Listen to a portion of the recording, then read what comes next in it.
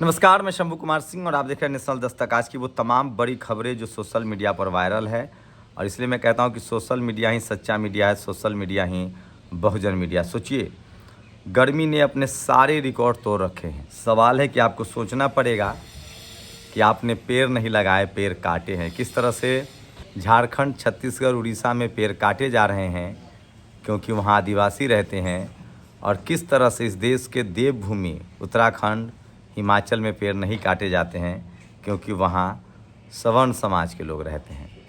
तो पेड़ लगाइए, तभी जाके प्रकृति बचेगी, नहीं तो नाव में छेद है, हम सब अपनी अपनी पोटली लेकर बैठे रहेंगे। आज की वो तमाम बड़ी खबरें। प्रधानमंत्री नरेंद्र मोदी धमका रहे हैं देश को। उन्होंने कहा है कि 6 महीने में राजनीतिक भूचाल होगा। तो क्या उनको बहुमत नहीं मिलेगी तो भी सत्ता नहीं छोड़ेंगे? लोग ये लगातार सवाल पूछ रहे हैं कि क्या प्रधानमंत्री नरेंद्र मोदी ट्रंप साबित होंगे? लेकिन सत्ता तो ट्रंप की भी गई थी। पप्पू यादव बाइक से देखिए प्रचार कर रहे हैं। वो एक नेता है दुमका से, निशिकांत दुबे, घोर जातिवादी। उसके खिलाफ वो प्रचार मैदान में उतरे हैं कल्पना सोरेन के साथ। और सोचिए, अपने तो अपने होते हैं।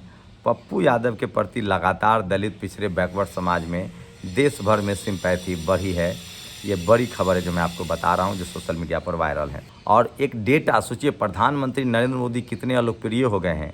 एक डेटा बिगिंस नाम की वेबसाइट है, उसने नेशनल यूट्यूब पर 144 मिलियन लोगों ने राहुल गांधी को देखा है और 30 मिलियन लोगों ने प्रधानमंत्री को देखा है। और 144 मिलियन मतलब 10 4 14 करोड़, लगभग 15 करोड़ लोगों ने राहुल गांधी को देखा है।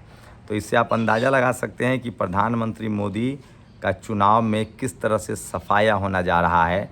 ये सबसे बड़ी खबर है जो सोशल मीडिया पर वायरल है। और इसलिए मैं कहता हूँ, सोशल मीडिया ही सच्चा मीडिया है, सोशल मीडिया ही बहुजन मीडिया है। पंजाब, तमिलनाडु, केरल में बीजेपी का खाता नहीं खुलेगा। यूपी, बिहार, महाराष्ट्र, कर्नाटक, हरियाणा, दिल्ली, हिमाचल, तेलंगाना, आंध्र प्रदेश, बंगाल बीजेपी को भारी नुकसान हो गया है। मध्य प्रदेश, राजस्थान, छत्तीसगढ़, झारखंड में बीजेपी की सीटें पहले के मुकाबले घट गई है। गुजरात और उत्तराखंड में बीजेपी बहुमत की स्थिति में है। तो सोचिए, सबसे ज़्यादा 50 सीटों का नुकसान लगभग बीजेपी को यूपी में होता दिख रहा है। 40 सीटों का नुकसान लगभग बिहार में होता दिख रहा है और 10 सीटों का नुकसान झारखंड में होता दिख रहा है। तो ये सबसे बड़ी खबर है, इसलिए किसी गफलत में न रहिए। लाख कोशिशों के बावजूद बीजेपी चुनाव हार रही है, पैसा, संसाधन, मीडिया के बाद। सोचिए, मीडिया का एक सर्वे जिस तरह से लीक हुआ था 301 सीट, उस पर आज तक चैनल ने माफ़ी मांगी और कहा है कि वो डेमो था। छठे दौर में प्रोपेगेंडा फैलाने की कोशिश है। 4 जून के बाद अगले 6 महीने में देश में एक राजनीतिक भूचाल आएगा। प्रधानमंत्री नरेंद्र मोदी के इस बयान से लोग डिक्टेटरशिप से जोड़ रहे हैं कि क्या वो गद्दी नहीं छोड़ेंगे चुनाव हारने के बाद? क्या वो ट्रंप के तरह उनके समर्थक संसद पर हमला करेंगे? ये तमाम सवाल है। लोग कह रहे हैं कि प्रधानमंत्री को सफाई देनी चाहिए। एक था तानाशाह जो इतिहास में दर्ज होगा। अगले 6 महीने में नरेंद्र मोदी के नाम पर मोटी धूल थम चुकी होगी। तो ये बात तो तय है कि जिस तरह से प्रधानमंत्री नरेंद्र मोदी अलोकप्रिय हुए हैं, उसकी सबसे बड़ी वजह है उनका प्रोपेगेंडा। मीडिया, टीवी, अखबार ने जिस तरह से लोगों को इग्नोर किया। गठबंधन अगर यूपी में अर्धशतक लगा दे तो किसी को आश्चर्य नहीं करना चाहिए, क्योंकि जिला से जिला जो फाइनल रिपोर्ट छन कर आ रही है वो गठबंधन की सुनामी बता रही है। ये किसी नेता की बदौलत नहीं हुआ है। जनता बदलाव का मन बनाते हुए खुद चुनाव लड़ने लगती है तो नतीजे ऐसे आते हैं। सोचिए, दलित, पिछड़े, किसान, अल्पसंख्यक, आदिवासी प्रधानमंत्री से नरेंद्र मोदी के खिलाफ चुनाव लड़ रहे हैं। ऐसे वक्त में जब तमाम राजनीतिक दल चुप्पी साधे हुए थे, डर के घर बैठ गए थे, जनता ने मोर्चा संभाला और जनता लड़ रही है। यूपी में बिजली संकट सबसे बड़ा संकट हो गया। जिस तरह से ब्रजभूषण शरण सिंह के बेटे ने के काफिले ने दुल्हों को उड़ा दिया, उसके बाद से बीजेपी की और किरकिरी है और लास्ट फेज में सफाया न हो जाए। यूपी में बिजली की किरकिरी है। पूरे देश में गर्मी ने हाहाकार मचा रखा है।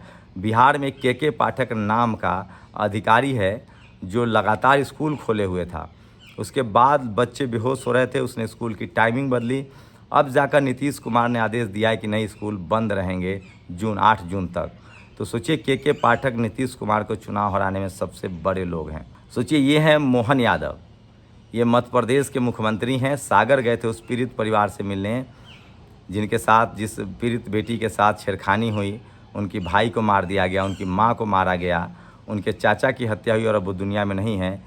तो सोचिए, 3 मौत की कीमत, 3 हत्या की कीमत 8 लाख है। सोचिए, इस देश में जब तक दलित पिछड़े एकजुट नहीं होंगे, आपके मौत को इसी तरह से बोली लगाया जाता रहेगा। और वो भी आरोपियों का क्या होगा ये किसी के को पता नहीं है। तो ये सबसे खतरनाक खबर है और ये खबर कोई टीवी अखबार नहीं दिखाएगा। तो सोचिए आज भी इस देश में न्याय मिलना कितना मुश्किल है। और लखनऊ में लगातार प्रदर्शन जारी है। जिस तरह से वहाँ बिजली कटौती हो रही है वो बहुत ही चिंताजनक है। और पिछले 10 साल में सरकार ने कोई पावर ग्रिड नहीं बनाए, कोई इंफ्रास्ट्रक्चर की शुरुआत नहीं की, आप लोग चाहते भी नहीं थे। और प्रधानमंत्री का लगातार झूठ बोलना जारी है कि नरेंद्र मोदी जब ठंडी चाय पिलाते थे लोग थप्पड़ मार दिया करते थे। ये बहुत ही झूठ है।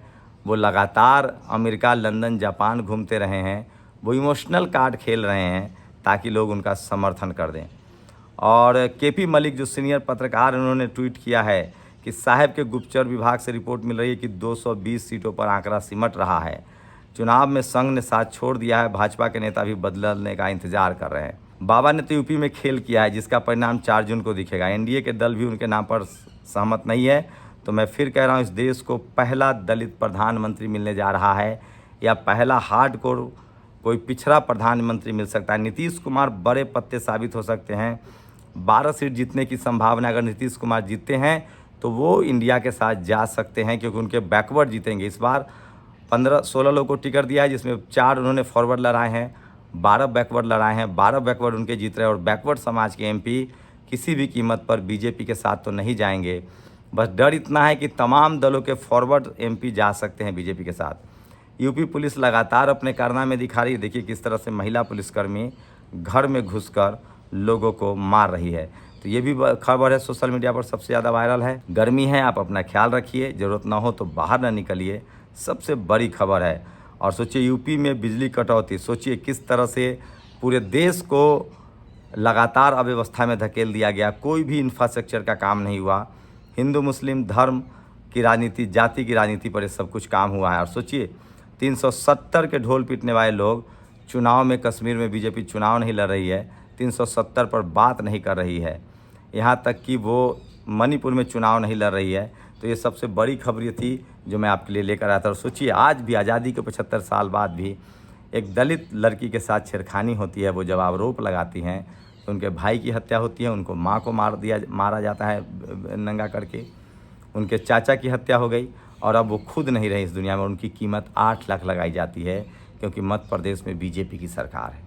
तो लगातार 2014 से लेकर 2024 के बीच जिस तरह से जातिवाद हावी हुआ, मनुवाद हावी हुआ, दलित, पिछड़े, किसान, आदिवासी, अल्पसंख्यकों के साथ अन्याय हुआ, उसके बाद से पूरे देश ने मोर्चा खोल रखा है। और मैं फिर कह रहा हूँ नरेंद्र मोदी के खिलाफ दलित, पिछड़े, किसान, आदिवासी, अल्पसंख्यक लड़ रहे हैं। नरेंद्र मोदी के साथ में मीडिया है, जुडिशरी है, ब्यूरोक्रेसी है, इनकम टैक्स है, ईडी है।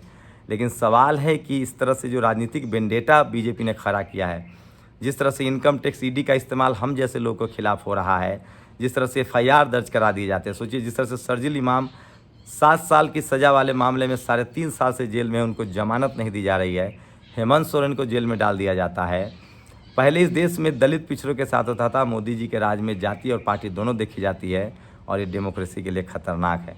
तो भारत में अगर डेमोक्रेसी को किसी ने कमज़ोर किया है तो इस देश की मनुवादी, जातिवादी मीडिया ने। फिर से देखिएगा कि ये मीडिया वाले जैसी सरकार बदलेगी ये लोग सत्ता पक्ष का गाना गाने लगेंगे। हम लोग फिर भी सरकार से सवाल पूछेंगे, लेकिन सवाल है जो लोग सत्ता में आएंगे क्या उन तमाम संवैधानिक संस्थाओं पर बैठे लोगों की जांच कराएंगे जो संविधान की शपथ लेकर सरकार और पार्टी का काम कर रहे थे, जिन्होंने देश की जनता, देश के खिलाफ काम किया? ये सबसे बड़ा सवाल है। और ये तभी हो सकता है जब मायावती जी जैसे, खड़गे जी जैसे या नीतीश कुमार जैसे लोग PM बने, तभी ये सब संभव है। और मैं इसलिए कह रहा हूँ कि इस देश को अब बैकवर्ड, दलित, अम्बेडकरवादी, फूले पेरियार, सोशल जस्टिस के हार्डकोर मानने वाले को प्रधानमंत्री बनाना होगा। तब जाकर संविधान की जड़ें मजबूत होंगी। और जब तक मीडिया, जुडिशरी में कोलिजियम सिस्टम खत्म नहीं होता है, जब तक मीडिया में रिजर्वेशन नहीं लागू होता है, तब तक इस देश के डेमोक्रेटिक सिस्टम को मजबूत नहीं किया जा सकता है। और आने वाले समय में और भी मोदी जैसे लोग आ सकते हैं। शुक्रिया। नेशनल दस्तक की आपसे गुजारिश है कि अगर इसको बचाना चाहते हैं तो नेशनल दस्तक को सब्सक्राइब करने के लिए रेड कलर के सब्सक्राइब बटन को दबाएं, फिर बेल आइकन की घंटी दबाएं। नेशनल दस्तक को बचाने के लिए बहुत जरूरी है कि हर खबर को शेयर करें, लाइक करें, कमेंट जरूर करें।